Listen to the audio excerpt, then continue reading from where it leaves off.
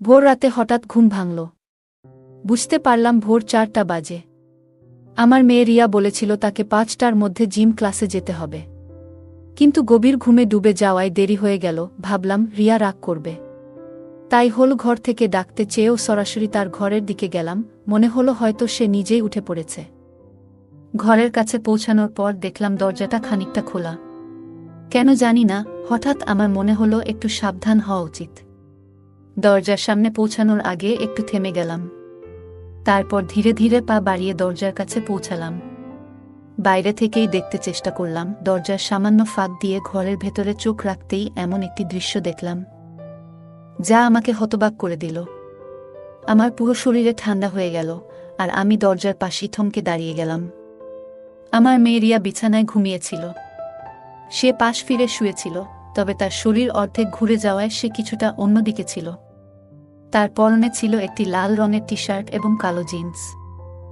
আমি দেখলাম ঘুমের মধ্যে তার টি শার্ট কিছুটা উপরে উঠে গেছে। সে বিছানার এক কোণে শুয়েছিল। তার থেকে সামান্য দূরে, প্রায় 1.5 ফুট দূরে, আমার ছোট ছেলে ঈশান দাঁড়িয়েছিল। ঈশান এতটাই কাছে দাঁড়িয়েছিল যে সে রিয়াকে পুরো দৃষ্টিতে পর্যবেক্ষণ করছিল, কিন্তু সে শুধু তাকিয়েই ছিল না, যেন কিছু করার চেষ্টা করছিল। আমি ভেতরে কি ঘটছে তা দেখে বিস্ময়ে জমে গেলাম। এই মুহূর্তে আমার মনে হলো, হে ঈশ্বর, এখন কি করব? এই ছেলেটি এত সাহস পেয়েছে যে আমার উপস্থিতিতেও রিয়ার ঘরে ঢোকার সাহস দেখাচ্ছে। আমার মনের মধ্যে আতঙ্ক কাজ করছিল। ঈশান, যে আমার 19 বছরের ছেলে, সে কেন রিয়া, যে তার 24 বছরের বড় বোন, তার প্রতি এমন আচরণ করছে? তার সাহস যেন দিনে দিনে বেড়েই চলেছে। এই পরিস্থিতি দেখে আমার মনে ভয় ঢুকে গেল। এমন কিছু যেন না ঘটে যা তাদের দুজনের জীবনকে নষ্ট করে দিতে পারে। আমি কখনোই ভাবিনি যে ঈশান এমন কিছু করতে পারে। তবে এখন সে বড় হচ্ছে, আর তার আচরণ আমাকে চিন্তিত করে তুলছিল। আমি আগে কখনো ঈশানের এমন আচরণের দিকে তেমন মনোযোগ দিইনি। তবে সময়ের সঙ্গে সঙ্গে লক্ষ্য করলাম সে যেন রিয়ার প্রতি একটু বেশি মনোযোগী হয়ে উঠেছে। রিয়া ছিল তার থেকে 5 বছরের বড়। তার নিজের একটা ভিন্ন জীবন ছিল, কলেজ, বন্ধুবান্ধবের আলাদা এক জগৎ। তার সেই জগৎ ঈশানের থেকে একেবারেই আলাদা। তারা একসঙ্গে বেশিরভাগ সময় বাড়িতে থাকত, কিংবা আমাদের পুরো পরিবার একসঙ্গে কোথাও গেলে যেমনটা সাধারণ ভাইবোনেরা করে, তারাও একসঙ্গে মজা করত, একে অপরকে ঠাট্টা করত কিংবা ছোট ছোট দুষ্টুমি করত।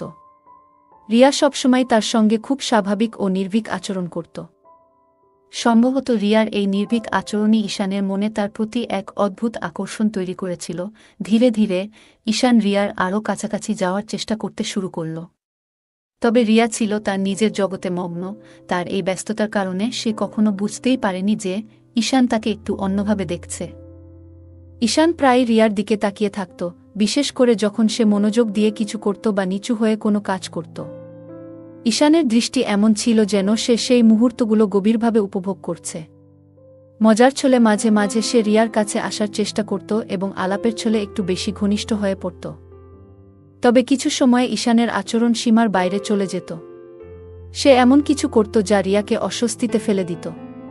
প্রথমে বিষয়টি রিয়ার নজরে আসেনি, কিন্তু ধীরে ধীরে তার আচরণে কিছু অস্বাভাবিকতা ধরা পড়ে। রিয়া বিষয়টি বুঝতে পারার পর এ নিয়ে ভাবতে শুরু করে এবং তার পরবর্তী পদক্ষেপ নিয়ে সিদ্ধান্ত নেয়। প্রত্যেকবার এমন কিছু ঘটলে আমি নিজেকে খুব অপরাধী মনে করতাম। আমার নিজের সন্তান, আমার ছেলেই আমার মেয়ের প্রতি এমন আচরণ করছে, এটা খুবই লজ্জাজনক ছিল। আমার পক্ষে এটা সহ্য করা কঠিন হয়ে পড়েছিল। তবে ঈশানকে পুরোপুরি দোষারোপ করার আগেও আমার মনে দয়া জন্মাত। এই আধুনিক যুগে যেখানে টিভি, সিনেমা, ইন্টারনেট এবং মোবাইল ফোনের অতিরিক্ত প্রভাব রয়েছে, সেখানে এই ধরনের আচরণ না হওয়াটা কিভাবে সম্ভব? আমাদের সন্তানদের মনে এগুলোর প্রভাব পড়বে, এটাই স্বাভাবিক। তবে যা সবচেয়ে কষ্টদায়ক ছিল তা হলো আমি এই ঘটনা দেখেও কিছুই করতে পারছিলাম না। নিজের সন্তানদের জন্য আমার অসহায়ত্ব আমাকে ভেতরে ভেতরে ধ্বংস করে দিচ্ছিল। আমি কখনো কল্পনাও করিনি যে ঈশান এমন কিছু করতে পারে। আমার স্বামী রাজেশ দিনরাত পরিশ্রম করেন আমাদের সন্তানদের একটি সুন্দর এবং সুখী জীবন দেওয়ার জন্য। যদি তিনি কখনো জানতে পারেন যে এই আধুনিক সময়ের প্রভাব ঈশানের মনকে এমনভাবে দূষিত করেছে, তাহলে তিনি নিশ্চয়ই প্রচণ্ড কষ্ট পাবেন। তবে তার কাছে এই বিষয় বলা আমার পক্ষে সম্ভব ছিল না। যদি তিনি এই ঘটনা জানতে পারেন তাহলে তিনি ঈশানের মনস্তত্ত্ব বোঝার চেষ্টা না করে হয়তো রাগের বশে শাস্তি দেবেন বা তাকে বাড়ি থেকে বের করে দেবেন। এমনটি আমি কখনোই চাইনি। আমি ভেবেছিলাম রিয়াকে সামান্য ইঙ্গিত দিয়ে বিষয়টি জানানো উচিত, যাতে সে সতর্ক থাকতে পারে এবং ঈশানের সঙ্গে একটু সাবধানতার সঙ্গে আচরণ করতে পারে। তবে এর আরেকটি বিপদও ছিল। রিয়ার মনে যদি ঈশানের প্রতি ঘৃণা জন্মায় তাহলে তাদের সম্পর্ক চিরতরে নষ্ট হয়ে যাবে। এমনকি যদি রিয়া রাগের মাথায় ঈশানকে কিছু বলে ফেলে তাহলে ঈশানও রেগে গিয়ে কোনো ভুল সিদ্ধান্ত নিতে পারে, যা তাদের ভবিষ্যতের জন্য ভয়াবহ হতে পারে। আমি কোনোভাবেই তাদের ভাই বোনের পবিত্র সম্পর্কের মধ্যে ফাটল ধরাতে চাইনি। তাই রিয়াকে কিছু বলার পরিবর্তে আমি নিজের মতো করে পরিস্থিতি সামলানোর সিদ্ধান্ত নিলাম। আমি ঠিক করলাম ঈশানকে ঠিক পথে আনার জন্য সময়মতো তাকে বোঝানোর চেষ্টা করব। এখন থেকে যখনই আমি লক্ষ্য করতাম যে ঈশান চুপি চুপি রিয়ার দিকে তাকিয়ে আছে, আমি কোনো না কোনো অজুহাতে তাকে সেই জায়গা থেকে সরিয়ে দিতাম। এতে করে তার আচরণ অনেকটাই নিয়ন্ত্রণে আসত। তবে আজকের ঘটনা আমাকে আরও সচেতন করে তুলল। আমি বুঝলাম বিষয়টি নিয়ে আমাকে আরও সতর্ক হতে হবে এবং উপযুক্ত সময়ে সঠিক সিদ্ধান্ত নিতে হবে। ঈশানের সাহস দেখে আমি বুঝতে পারলাম যে আর দেরি করা ঠিক হবে না। যদি সময়মতো আমি কোনো ব্যবস্থা না নিই তাহলে তার কাজ রিয়ার জীবনে বড় বিপদ ডেকে আনতে পারে।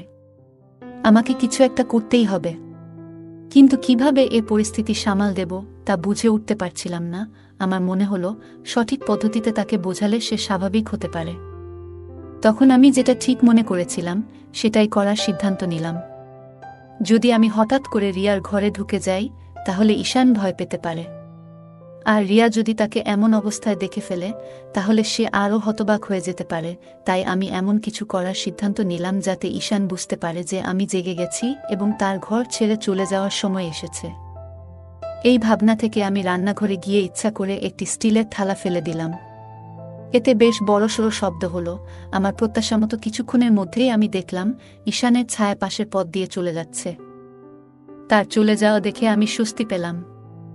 এরপর আমি রিয়াকে ডাকার জন্য তার ঘরের দিকে এগোলাম। ঘরে ঢুকে দেখি রিয়া তখনও গভীর ঘুমে। এত বড় আওয়াজ হওয়ার পরেও সে উঠে বসেনি। এটা দেখে আমি অবাক হলাম। মনে হলো সে এতটাই গভীর ঘুমে থাকে যে ঈশান সহজেই তাকে দেখতে বা স্পর্শ করার সুযোগ পেতে পারে। শেষমেশ আমি তার কাছে গিয়ে তাকে সরাসরি জাগানোর সিদ্ধান্ত নিলাম। আমি রিয়াকে ডেকে জাগালাম। সে ঘুম থেকে উঠে আমার দিকে রাগের দৃষ্টিতে তাকালো এবং দেরি হওয়ার জন্য আমাকে দোষ দিল। এরপর সে দ্রুত বাথরুমে ঢুকে গেল। আমি আবার আমার কাজে মন দিলাম। কিছুক্ষণ পরে দেখলাম ঈশান আবার রিয়ার ঘরের দিকে যাচ্ছে। আমি ভাবলাম হয়তো রিয়া তখনও প্রস্তুতি নিচ্ছে। তাই আমি ঈশানকে থামানোর জন্য ইচ্ছা করে একটু শব্দ করলাম। শব্দ শুনে ঈশান বুঝতে পারল যে আমি তার দিকে আসছি। সে আমার দিকে তাকালো, কিন্তু লজ্জায় তার চোখ নিচের দিকে ঝুঁকে গেল। এরপর সে দ্রুত তার ঘরে চলে গেল। আমি অপেক্ষা করতে লাগলাম রিয়ার বাইরে আসার। কিছুক্ষণ পর রিয়া পুরোপুরি প্রস্তুত হয়ে বাইরে এলো এবং আমাকে বিদায় জানিয়ে চলে গেল। তখন আমি ঈশানকে ডেকে হলের দিকে নিয়ে আসতে চাইলাম, কিন্তু সে কোনো সাড়া দিল না। তখন আমি তার ঘরের দিকে গেলাম এবং দেখলাম সে ঘরে নেই। এরপর শুনতে পেলাম সে বাথরুমে আছে। আমি দরজার কাছে গিয়ে তার আওয়াজ শুনলাম, কিন্তু তাকে বিরক্ত না করে আবার হলে ফিরে এলাম। কিছুক্ষণ পর ঈশান বাইরে এলো এবং বলল, মা, তুমি আমাকে ডেকেছিলে? আমি তাকে বললাম, হ্যাঁ, এখানে বসো, তোমার সঙ্গে কিছু কথা বলার আছে। আমার কণ্ঠের সুর শুনে ঈশান বুঝতে পারল আমি গুরুতর কিছু বলতে যাচ্ছি। সে কিছুটা অস্থির হয়ে ধীরে ধীরে আমার কাছে এসে বসল। আমি শান্তভাবে কথা শুরু করলাম, কিন্তু অল্প সময়ের মধ্যেই তাকে ভর্ৎসনা করতে শুরু করলাম। আমি রিয়ার ঘরে তার গোপনীয়তায় হস্তক্ষেপ করার বিষয়ে সরাসরি কিছু বলিনি, তবে ইঙ্গিত করলাম। আমি তাকে বোঝালাম যে আমি তার এমন আচরণ আগেও লক্ষ্য করেছি। ঈশান দ্রুত বুঝতে পারল যে তার কাজ আমার চোখে ধরা পড়েছে। ভয়ে তার মুখ শুকিয়ে গেল। আমি আরও কড়া সুরে বললাম, যদি সে আবার এমন কিছু করে, আমি তার বাবাকে সব বলে দেব। এই কথা শুনে ঈশান কেঁদে ফেলল এবং বলল, মা, প্লিজ, এমন কিছু করো না, আমাকে মাফ করে দাও। সে বারবার আমার কাছে ক্ষমা চাইতে লাগল এবং প্রতিশ্রুতি দিল যে সে আর কখনো এমন কিছু করবে না। সে আমার পা ধরে বলতে লাগল, আর কখনো এমন হবে না, একবার আমায় সুযোগ দাও। আমি তার আচরণ দেখে বুঝলাম সে তার ভুল বুঝতে পেরেছে। আমি তাকে শান্তভাবে বোঝালাম সে যা করছিল তা কতটা ভুল এবং এর ফল কত ভয়াবহ হতে পারত। আর যদি কেউ জানতে পারে তাহলে কতটা অসম্মান হবে। শেষমেশ আমি তাকে এই প্রতিশ্রুতি নিতে বাধ্য করলাম যে সে আর কখনো এমন কাজ করবে না। তারপর আমি তাকে আর বকাবকি করিনি। আমার মনে হলো সে এবার বুঝতে পেরেছে এবং এমন কিছু আর করবে না। এরপর সে পুরোপুরি শান্ত হয়ে গেল এবং আমি তাকে আর কখনো রিয়াকে দেখতে দেখিনি। এতে আমি নিশ্চিত হলাম যে সে তার ভুল বুঝতে পেরেছে এবং নিজেকে সংশোধন করেছে। এরপর প্রায় 1 মাস আমি তার থেকে একটু দূরত্ব বজায় রাখলাম এবং খুব কম কথা বললাম, যাতে সে বুঝতে পারে যে সে যা করছিল তা ভুল ছিল। ধীরে ধীরে সবকিছু স্বাভাবিক হয়ে গেল। আমরা আবার আগের মতো হাসিমজার সঙ্গে কথা বলা শুরু করলাম। সবকিছু আগের মতোই সুন্দরভাবে চলতে লাগল। কিন্তু একদিন আমি তাকে আবার রিয়াকে দেখতে ধরে ফেললাম। যদিও সে এবার বেশ সতর্ক ছিল, তবুও আমি লক্ষ্য করলাম। তখন আবার আমার রাগ হতে শুরু করল, কিন্তু এইবার আমি আগের মতো তাকে বকাঝকা করিনি। কারণ তার প্রতি আমার চিন্তা বাড়ছিল। সে আমাকে বলেছিল যে তার একটি প্রেমিকা আছে এবং সে তার বন্ধুদের সঙ্গে সময় কাটায়। তবু কেন সে রিয়াকে এভাবে দেখার প্রয়োজন বোধ করল তা আমার মাথায় আসছিল না। তখন আমি ঠিক করলাম এই বিষয়ে আমি আবার তার সঙ্গে কথা বলবো। 3 দিন পর দুপুরে আমরা দুজন বাড়িতে একা ছিলাম। সে তার ঘরে ছিল আর আমি আমার ঘরে বিশ্রাম নিচ্ছিলাম। আমি ভাবলাম এখনই সময় এই বিষয়ে কথা বলার। আমি তার ঘরের দিকে গেলাম। দরজা বন্ধ ছিল। আমি দরজা খোলার চেষ্টা করলাম, কিন্তু সেটি ভেতর থেকে লক করা ছিল। আমি দরজায় নক করলাম এবং তাকে ডাকলাম। সে ভেতর থেকে সাড়া দিল এবং দরজা খুলে দিল। আমি জিজ্ঞেস করলাম, দরজা বন্ধ করে কি করছিলে? সে বলল, কিছু না, এই ম্যাগাজিন পড়ছিলাম। তারপর সে বিছানার পাশে থাকা একটি ম্যাগাজিন দেখালো। আমি মনে মনে ভাবলাম, যদি সে সত্যিই ম্যাগাজিন পড়ছিল তবে দরজা লক করার কি প্রয়োজন ছিল? নিশ্চয়ই অন্য কিছু হচ্ছিল। কিন্তু এইবার আমি শান্ত থাকতে চাইলাম এবং তাকে বোঝানোর সিদ্ধান্ত নিলাম আমি রিয়াকে নিয়ে কথা বলার জন্যই এসেছিলাম। তাই অন্য কিছু না বলেই আমি তার বিছানার পাশে গিয়ে জিজ্ঞেস করলাম, কোনো ম্যাগাজিন পড়ছ? তারপর তার হাত থেকে ম্যাগাজিনটি নিয়ে দেখতে শুরু করলাম। এটি তার কলেজের একটি বুলেটিন ছিল, যেখানে ছাত্রদের লেখা প্রবন্ধ, গল্প এবং কবিতা ছিল। আমি ম্যাগাজিনটি তাকে ফেরত দিয়ে জিজ্ঞেস করলাম, কোনটা পড়ছিলে এতে? ম্যাগাজিন খুলে সে একটি প্রবন্ধ দেখিয়ে বলল, এইটা পড়ছিলাম। আমি বললাম, ঠিক করে বলো তো, কি আছে এতে? তারপর আমি তার পাশে বিছানায় একটু জায়গা নিয়ে শুয়ে পড়লাম। আমার ছেলে বিছানায় চিত হয়ে শুয়েছিল আর আমি তার পাশে শুয়ে থেকে সেই প্রবন্ধটি দেখতে লাগলাম। আমরা একসঙ্গে সেই প্রবন্ধটি পড়তে শুরু করলাম। ঈশান বলল, এতে আর কিছু মজার নেই, তুমি কি পড়তে চাও? তারপর সে ম্যাগাজিনটি আমার হাতে দিয়ে দিল। আমি বিছানার কিনারায় শুয়ে বললাম, মনে হচ্ছে পড়তে পড়তে পড়ে যাব। এই কথা বলতেই ঈশান তাড়াতাড়ি আমাকে ধরে ফেলার জন্য হাত বাড়াল, কিন্তু অসাবধানতাবশত তার হাত আমার বুকের উপর পড়ে গেল। এরপর সে অন্য হাতে আমার কবজি ধরে আমাকে উপরে টেনে তুলল। তার এই আচরণে আমার মধ্যে এক অদ্ভুত শিহরণ জেগে উঠল। ঈশানও খুব বিব্রত দেখাচ্ছিল। সে মুখে বলল, মা আমি হেসে বললাম, আরে কোনো ব্যাপার না, বরং তোমাকে ধন্যবাদ বলা উচিত। তুমি যদি আমাকে না ধরতে তাহলে আমি পড়ে যেতাম। আমার কথায় ঈশানও হেসে উঠল আর পরিবেশ হালকা হয়ে গেল। আমি তাকে বললাম, এবার এটা আমাকে পড়ে শোনাও। ছোট অক্ষর আমার ভালো দেখা যায় না। ঈশান ম্যাগাজিন নিয়ে পড়া শুরু করল। তাকে আরামদায়ক করতে আমি তার মাথার নিচে আমার হাত রাখলাম এবং সে পড়তে লাগল। সে আমাকে আরও কাছে টেনে নিয়ে প্রবন্ধটি পড়ে শোনাল। তারপর বলল, এখন বাকিটা তুমি পড়ো। আমি ম্যাগাজিনটি হাতে নিয়ে পরের পৃষ্ঠা উল্টাতে শুরু করলাম। ঈশান আমার কাছেই শুয়েছিল। একটি পৃষ্ঠায় থেমে আমি মন দিয়ে পড়তে শুরু করলাম। কিছুক্ষণ পরে আমি একটু অস্বাভাবিকতা অনুভব করলাম। দেখি ঈশানের একটি পা আমার পায়ের উপর রয়েছে এবং সে একটু নড়াচড়া করছে। প্রথমে বুঝতে পারিনি, কিন্তু যখন ভালো করে খেয়াল করলাম তখন ব্যাপারটা পরিষ্কার হলো। আমি ভাবলাম, সে তো ম্যাগাজিন পড়ছিল, তবু এমন কেন হলো? নিচে তাকিয়ে দেখলাম তার হাত আমার কোমরের কাছে ছিল।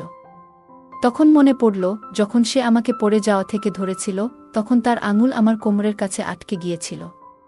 এটা মনে করে আমি কিছুটা অস্বস্তি বোধ করলাম। আমি আস্তে করে ঈশানের মুখের দিকে তাকালাম। তার চেহারা সম্পূর্ণ শান্ত। আমি ভাবছিলাম, সে কি ভাবছে? নিজেকে শান্ত রাখলাম এবং আবার ম্যাগাজিন পড়তে শুরু করলাম। মনে মনে প্রার্থনা করছিলাম যেন ঈশান এই পরিস্থিতি নিয়ে কিছু না বোঝে। কি করব ভেবে পাচ্ছিলাম না। প্রথমে মনে হলো সাথে সাথে উঠে গিয়ে তাকে দূরে সরিয়ে দিই, কিন্তু কেন যেন মনে হলো আমি তেমন শক্তি সঞ্চয় করতে পারছি না, যেন কোনো অদৃশ্য শক্তি আমাকে সেখানেই আটকে রেখেছে। আমি চুপচাপ শুয়ে রইলাম, বাইরে থেকে ম্যাগাজিন পড়ার ভান করছিলাম। সময় যেন থমকে গিয়েছিল। কয়েক মিনিট কেটেছে, কিন্তু মনে হচ্ছিল যেন কয়েক ঘন্টা পার হয়েছে। অবশেষে আমি সিদ্ধান্ত নিলাম যে আমাকে কিছু করতে হবে। আমি বললাম, ঈশান, মনে হচ্ছে আমার শরীরে টান ধরেছে। তারপর আস্তে আস্তে নিজেকে সরিয়ে নিলাম এবং তার থেকে একটু দূরে সরে গেলাম। পাশের বালিশ সরিয়ে আমি বসে পড়লাম। ঈশান একটু বিস্মিত হয়ে আমার দিকে তাকালো, কিন্তু কিছু বলল না। আমি তখন পরিস্থিতি হালকা করার জন্য তাকে অন্য কোনো বিষয়ে কথা বলতে লাগালাম। আমি ঈশানের দিকে একবার তাকালাম এবং দেখলাম সে কিছুটা অস্বস্তি অনুভব করছে। পরিবেশ সহজ করার জন্য বললাম, ঈশান, আমার গলা শুকিয়ে গেছে। তুমি কি আমার জন্য এক গ্লাস জল এনে দেবে? ঈশান বিছানা থেকে উঠে জল আনতে চলে গেল। সে রুম থেকে বেরোতেই আমি কিছুটা স্বস্তি অনুভব করলাম এবং মনে হলো তাকেও নিজের আবেগ সামলানোর সুযোগ দেওয়া হলো। যখন সে জল নিয়ে ফিরে এলো, আমি তার দিকে তাকালাম এবং দেখলাম সে এখন অনেকটা স্বাভাবিক হয়েছে। আমি তার কাছ থেকে জল নিয়ে এক নিঃশ্বাসে পান করলাম। এতে আমি কিছুটা আরাম পেলাম। ঈশান গ্লাসটি নিয়ে একপাশে রেখে আবার বিছানায় এসে আমার পাশে বসল। আমরা হালকা ফুলকা বিষয় নিয়ে কথা বলতে শুরু করলাম। এরপর আমি রিয়াকে নিয়ে তার সঙ্গে কথা বললাম। আমি জানতে চাইলাম কেন সে আবার রিয়াকে দেখছে। ঈশান প্রথমে অস্বীকার করল, কিন্তু আমি তাকে উদাহরণ দিয়ে বোঝালাম কিভাবে আমি তাকে রিয়াকে দেখতে দেখে ফেলেছিলাম। সে তোমার বড় বোন হয়, তুমি কিভাবে এমন কাজ করতে পারো? অবশেষে ঈশান স্বীকার করল যে আমার ভুল বোঝাবুঝি হয়েছে এবং সে কিছু ভুল করেনি। আমি হেসে তাকে হালকা সতর্ক করলাম যেন ভবিষ্যতে এমন কিছু না করে। সে হেসে প্রতিশ্রুতি দিল এবং আমরা অন্য বিষয়ে কথা বলতে শুরু করলাম। কিছুক্ষণ পরে আমি বললাম, এবার আমার যাওয়া উচিত। তারপর আমি তার রুম থেকে বেরিয়ে এসে নিজের রুমে চলে গেলাম। নিজের ঘরে ফিরে এসে আমি বিছানায় বসে সেই ঘটনাগুলি নিয়ে ভাবতে লাগলাম। পুরো বিষয়টি নিয়ে আমি কিছুতেই স্পষ্ট ধারণা পাচ্ছিলাম না।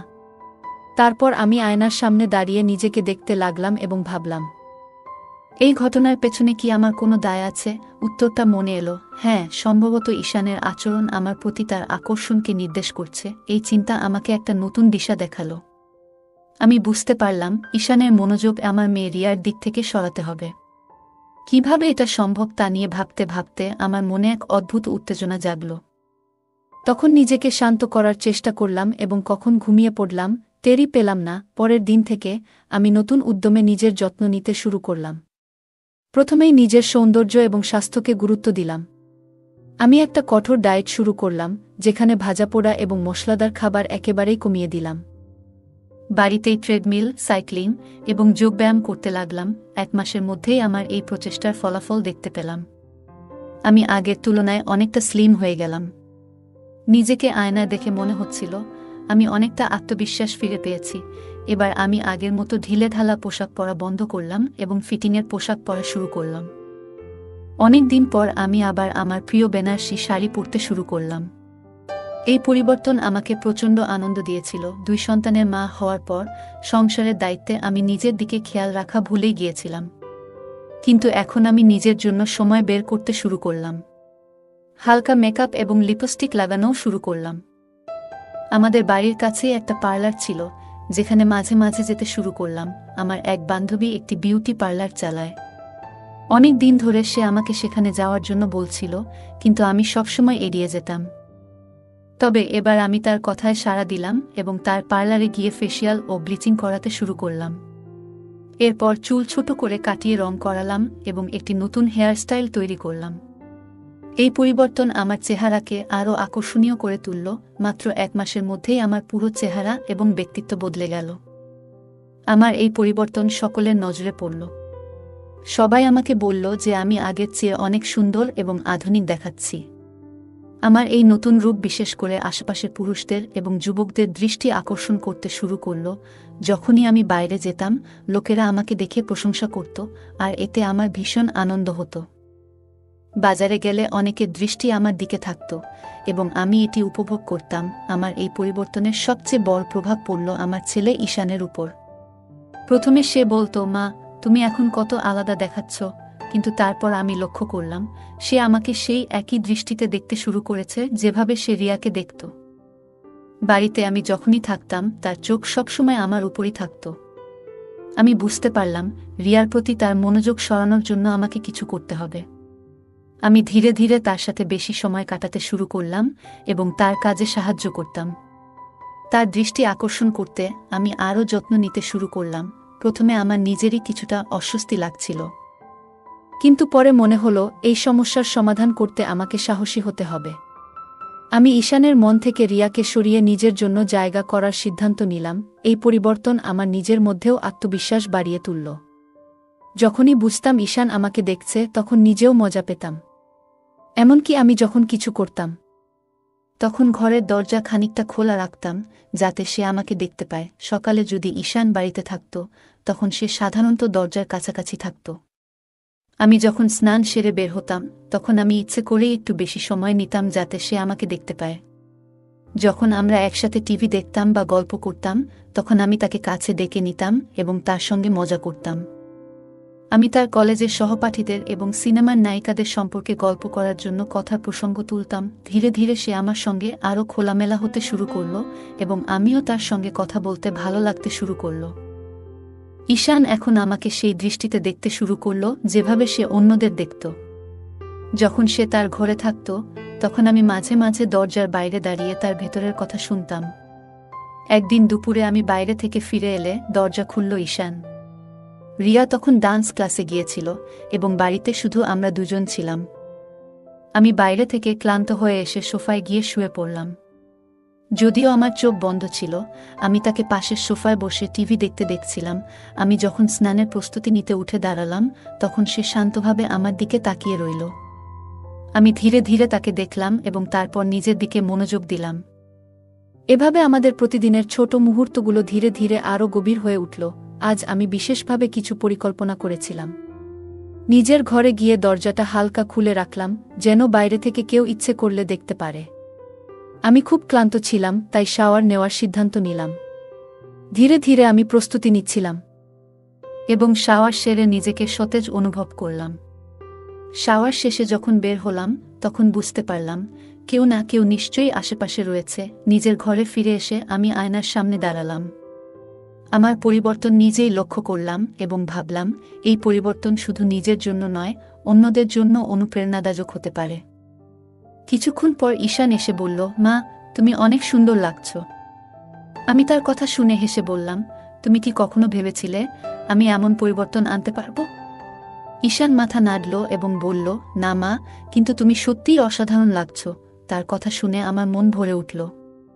আমি তাকে কাছে ডেকে বললাম, জীবনে পরিবর্তন আনা খুব গুরুত্বপূর্ণ, আর এই পরিবর্তন শুধু নিজের জন্য নয়, অন্যদের জন্য হতে পারে।